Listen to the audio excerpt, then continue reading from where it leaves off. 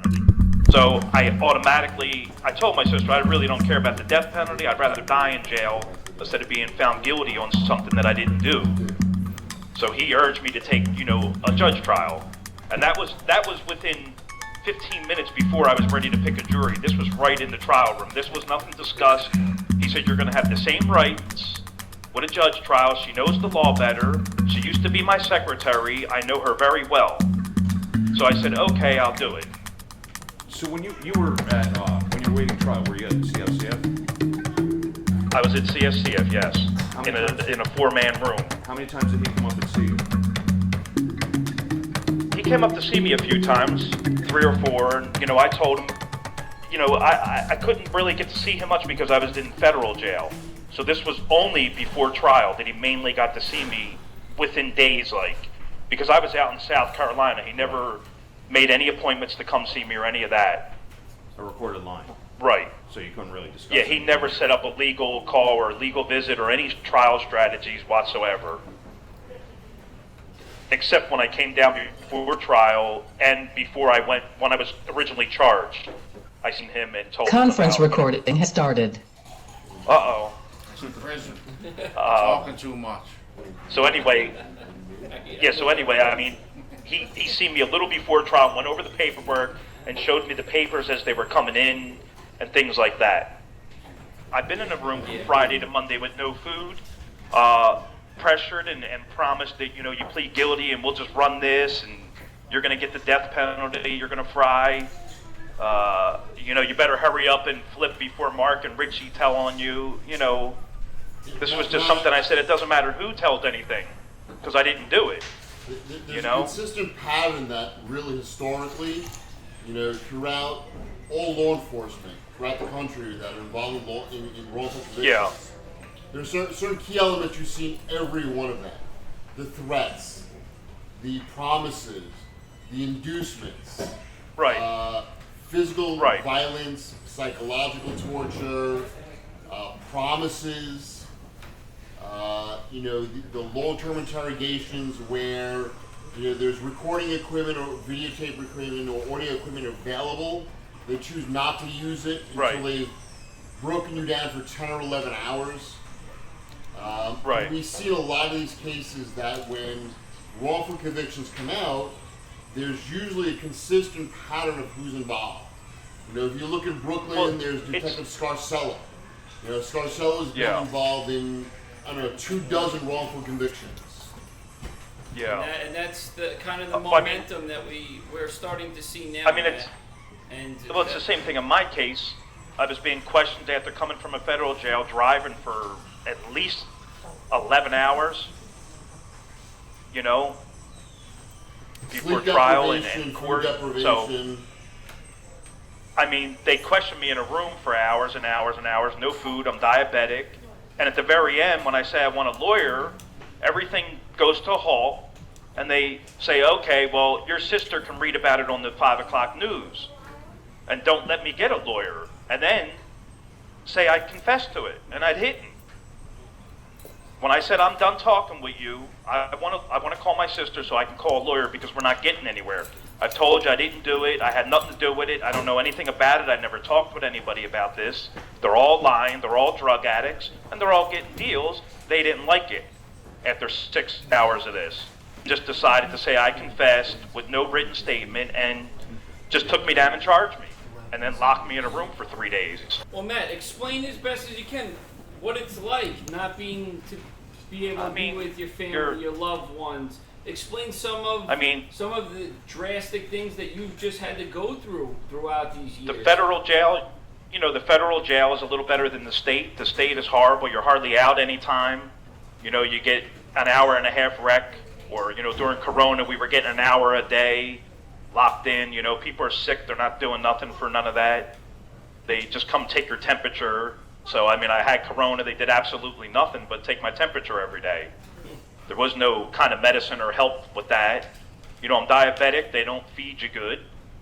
Everything I'm fed is causing my diabetes. It's all white breads and stuff. Have they vaccinated you for COVID? I took the vaccination unwillingly, though, because it was Johnson & Johnson. I didn't want it. Right. And they're not offering anything else, but I had to get that. Or if I didn't get that, I wasn't going to get no visits, or I would have been only out an hour a day. Did they So tell even you though they say you don't, Did they tell you if Huh? you requested it, you could have gotten the other vaccines? no, they definitely didn't. Yeah. How painful and how difficult has it been having to deal with this stuff under COVID and all these different departments being closed and like slowing even further than the 20 years slowing the wheels of justice? I mean, my biggest thing is just sitting here knowing I didn't do this, so no matter what was going on, it's rough every minute I'm here because I'm not outside, and the real person is outside that did it, and I'm here, and people that got deals are out. I mean, it's tough no matter what, but knowing you didn't do something is the worst when you have to sit here and wait for courts. I've been in a PCRA court for 12 years already on the same PCRA, and it makes no sense, and it's all because the judge originally took 6.5 years to just deny it, and her denial is not backed up by evidence. It's her feelings only. Okay? What Yeah. would those three things be that everybody should know and everybody can understand that point directly to your innocence? Take a second to think take a about second. that. No. I mean, I know them. I mean, I've never actually done any kind of violence in my life. I don't have no kind of violence. I've been in jail 20 years with not a fist fight, no infractions. I don't have no kind of violence. Drinking, I don't do drugs. I in no need of money. Like, I wouldn't have even known they had life insurance to do something like this ever, because I didn't speak to my parents like that. I mean, they're just some things. I mean, there's lots of things. People got deals to lie, you know? But Matthew, most of the people that got deals to lie, didn't they also sue you in court before you got arrested and lost? And Yeah. they tried to sue Once, you for money? once they heard I got life insurance, they all tried to sue me from a car accident. Tammy Glassmeyer, Amy Fleckenstein, and Johnny Fay, yes. So they had financial incentive to testify against you. No, they didn't get anything. No, they but were angry. No. Incentive because They- they realized that if he got They were money, suing. that they could No, they were sue trying and to sue me. potentially get money. Yeah. Mhm. Right, and they were mad when they didn't get no money because I had a lawyer and they didn't get nothing from that. A couple of weeks after the murder, when he wasn't even a suspect, I talked to him and I said, I guess you have mixed feelings about everything. And he said they were my parents and I loved them. And the tears came down from his eyes. He is not a murderer. Nobody would do that. Nobody. There's no way. And I asked Bernie to ask me that, and he didn't. And I'll never forget him for that. And I also want to say that even though Matthew has been in prison all these years, I have never ever heard him say an unkind word about anyone or anything. He is one of the kindest, nicest people you could ever meet. He sends us cards that he makes handmade for every single occasion, whether it's Mother's Day, Valentine's Day, birthdays. He loves and never forgets anybody. He's a very kind person. And he never cared about money. Never cared about money. It was not anything. In fact, he didn't benefit from any of it, I have to say, really. You know, my parents were murdered in 1997. They were jewelers. They had been robbed. They had moved their store to South Street. Their store was in Kensington. And the time that we were in Kensington, they never had any robberies. But when we moved to South Street, when they moved to South Street, I was already an adult and out of the house. But they had about 3 robberies. And my father was shot in the leg and he couldn't get around. So they they had to resort to doing their business out of their home.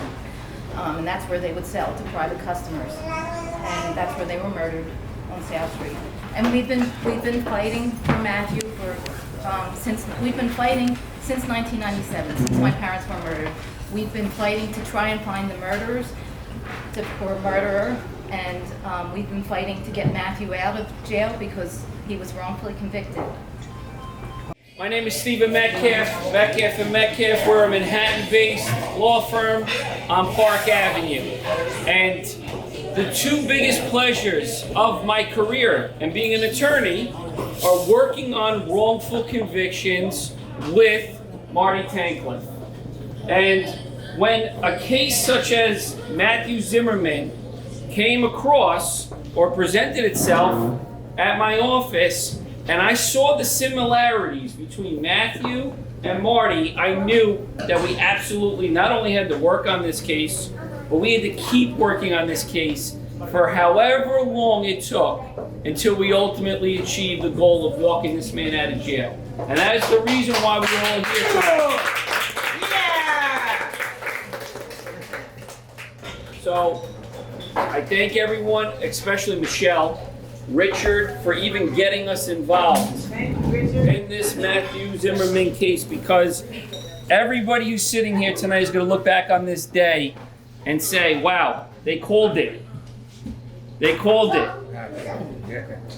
And I can't say what it is, what that linchpin is going to be that turns this case completely around, but it's going to happen very soon.